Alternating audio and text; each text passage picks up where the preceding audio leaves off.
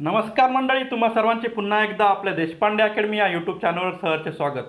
जर आपण चॅनलवर नवीन असाल तर चॅनल सबस्क्राईब करायला विसरू नका आणि बाजूला असलेल्या बेल आयकॉनला प्रेस करा, म्हणजे सर्वप्रथम आमचे व्हिडिओ आपणापर्यंत पोहोचतील। आज आपण कृषी सेवक भरतीच्या कागदपत्र पडताळणीबाबत अपडेट बघणार आहोत। चला तर मग वेळ वाया न घालवता सुरुवात करूयात आजच्या व्हिडिओला।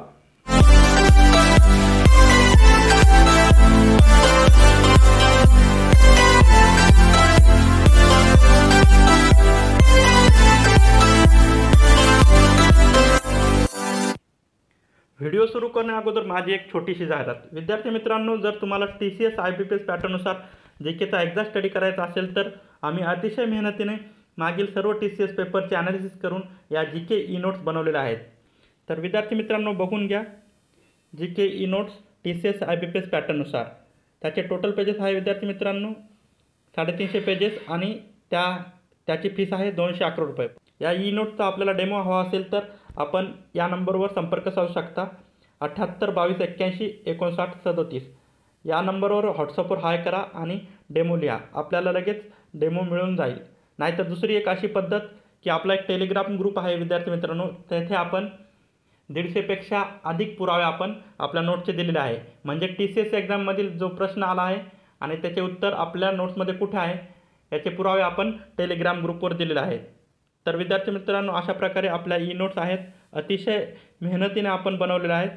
आपल्याला याचा उपयोग येणाऱ्या सर्व सरळ सेवा भरतीसाठी होऊ शकतो। विद्यार्थी मित्रांनो, कागदपत्र पडताळणीबाबतचे अपडेट बघण्यापूर्वी काही महत्त्वाचे मुद्दे बघूयात।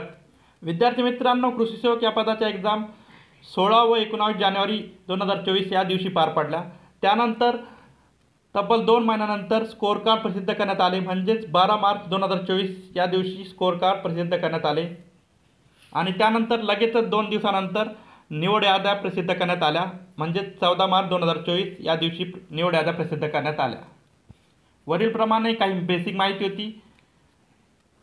आता सर्वांच्या मनातील प्रश्न, कागदपत्र पडताळणी केव्हा होणार कृषी सेवक या पदासाठी? तर विद्यार्थी मित्रांनो, बाजूला दिसत असलेले जे परिपत्रक आहे ते कृषी विभागाकडून प्रसिद्ध करण्यात आले आहे।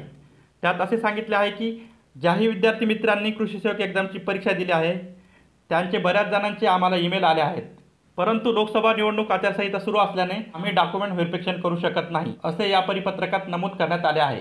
त्यामुळे विद्यार्थी मित्रांनो, आता आपले डॉक्युमेंट व्हेरिफिकेशन 4 जून नंतर होण्याची शक्यता आहे।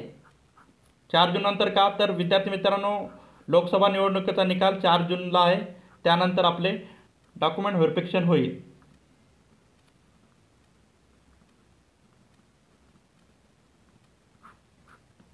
तरी सर्व विद्यार्थी मित्रांनी याची नोंद घ्यावी। अशाच विविध अपडेटसाठी आपल्या चॅनलला सबस्क्राईब करायला विसरू नका, व्हिडिओला लाईक आणि शेअर करत जा। व्हिडिओ संपूर्ण बघितल्याबद्दल धन्यवाद। पुन्हा भेटूयात पुढील व्हिडिओमध्ये। तोपर्यंत tata, bye bye, see you, जय हिंद।